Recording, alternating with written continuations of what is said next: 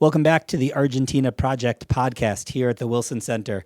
We are excited to have Paula Tufro as our guest today. Paula was the Director for Development and Democracy for 3 years on the National Security Council in the Obama administration, including 1 year on the United States G20 negotiating team for the China G20 summit in Hangzhou. She was born in Argentina, and she's going to help us sort through issues related to Argentina's G20 presidency. The presidency for Argentina begins in December, but the G20 Sherpa, the top negotiator for Argentina, has already been deeply involved in the process as the Germans have handed over their leadership responsibilities. Just a quick primer for those of you who haven't tracked the G20. It is arguably the world's premier forum for international economic cooperation. It represents 3/4 of global trade and 2/3 of the world's population. The presidency, as you figured out by now, is a rotating operation, and the president has a lot of authority over crafting the G20 agenda and leading the negotiations through the year. And it all culminates in a big summit, the Leader Summit, which will take place in 2018 in Buenos Aires.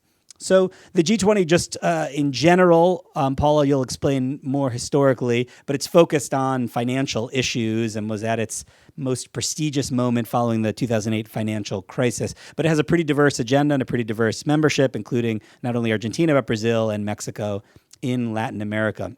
We had the Sherpa here at the Wilson Center, as you know, and we talked a bit about what Argentina hopes to accomplish through its presidency, and it was a little hard to get the details. As the presidents, by the way, we can influence the agenda, but we are not the owners of the agenda, as you suggested. It is, in this particular case, it takes about 23 or 24 to tango instead of 2 to tango. Now, I couldn't read too much into that, Paula, but maybe as a G20 watcher, you could tell me a little more about what we could expect from Argentina. So first of all, thank you for having me here at the Wilson Center. I think what you can certainly, you can't blame the Sherpa for being diplomatic. I think he did his job well. President Macri will announce the priorities in December. I think they did show their cards a bit and started to signal at least a few of their priorities.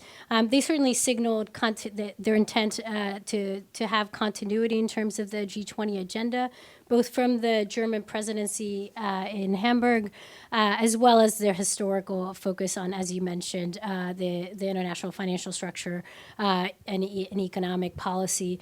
That said, they did point to a couple new areas that they are going to focus on, one being the future of work.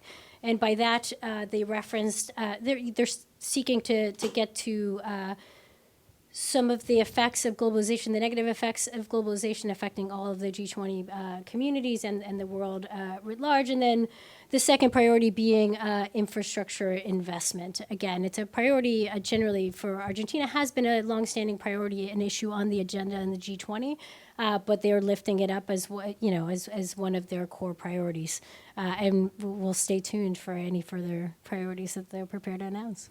Now, the Argentines were angling for the G20 presidency for a while. Back when you were still at the White House, there was an effort underway. The world has changed quite a bit since those days, and Argentina has inherited a G20 that is very different than the one that existed just a year ago. We also raised that with the Sherpa. No, it's not something that you can expect, and precisely the only thing that is to be expected in international affairs is change and the unexpected. So how is Argentina impacted by the change dynamics in the G20? I think no doubt the global context has changed, and they do face some headwinds in terms of following the U.S. election and the role that the U.S. is playing in multilateral fora writ large, but certainly the role that they played in Hamburg this past year at the G20. They're also facing some headwinds with regards to Brexit and ongoing negotiations with the EU. But I think they've got some challenging times. I think they recognize those challenges, and they seemed prepared to do the work that will be required to have a successful presidency and to at least attempt to keep the U.S. engaged on some of those trickier issues like climate, like trade, that became some of the more contentious issues this year in Germany. So climate did come up with the Sherpa. To address issues of equality, social security, climate change, and all that, is because those issues do have impacts in the political and social sphere. And those impacts in social and political spheres do impact in the politics and therefore in the macroeconomic And obviously consensus is what the Argentines are seeking, but it always raises this balancing act that, you've talked about previously, which is how much do you water down your commitments in order to keep consensus? Obviously, the Germans took a different approach, an unprecedented one, for the climate portion of the communique the last time around. Do you think the Argentines have that kind of spine, or is that not even the most helpful and pragmatic way to approach the controversial issues, climate, trade?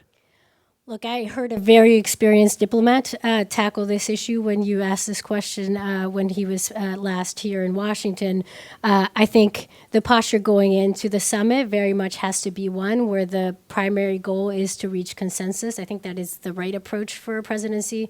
Now, the practical reality will be that at some point it will come to a head and they will need to take a decision on how far in the direction of ambition and or consensus they want to go, and see how much progress they make in that regard bilaterally. I think it's going to be a heavy lift bilaterally and multilaterally. I think they're going to need others to approach the U.S. as well in the hopes of softening the stance. But I think there's a real question, and particularly on climate, on the extent to which the Hamburg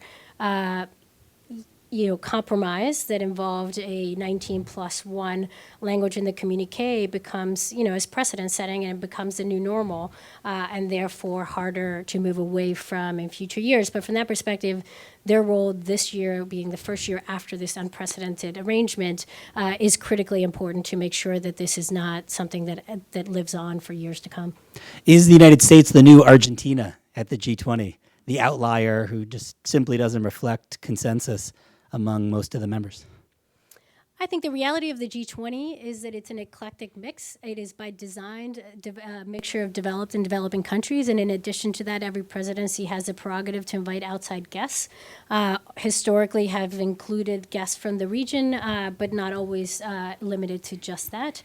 And there have been outliers on critical issues, right? You've got, you had France come in the Hangzhou summit. France was coming off of negotiating the Paris Agreement and being the host to that negotiation. And you had, Saudi Arabia and Russia and some real heavy oil producing and economies for which oil and other resources are greater priority, and they're not willing to go exclusively to the renewable energy direction. So there are some challenges, and that's not unusual. Before we close, I think we've got to talk a bit about Argentina. We are the Argentina Project, and you were raised in Argentina. So what does it mean for Argentina? We sort of get the bigger picture. It's Argentina's reemergence as a global leader. It's Argentina re-engaging with the global community.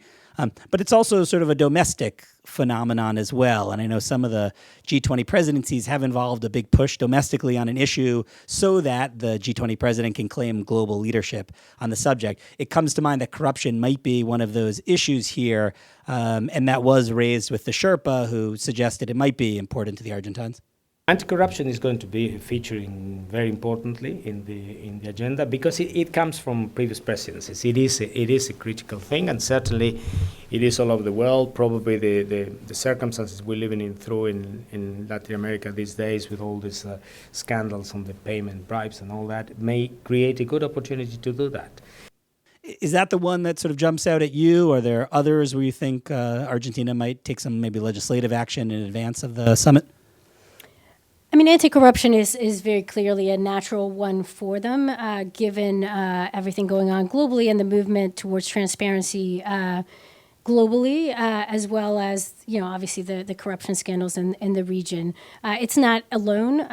There are lots of other issues that Argentina could latch onto. Energy is obviously a big priority for the government, so it will not be surprising that they're focusing on energy, not just on Paris and climate, but energy writ large.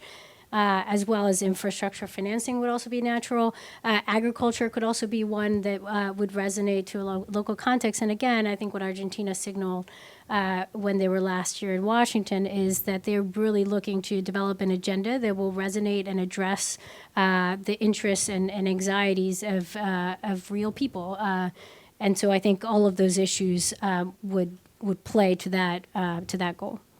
Excellent. Paul, thank you so much. This was fantastic, and hopefully you'll come back throughout Argentina's G20 presidency to help us give a real historical and global context as we track Argentina in particular and its role in this major institution. Thanks so much for being here. Thank you for having me.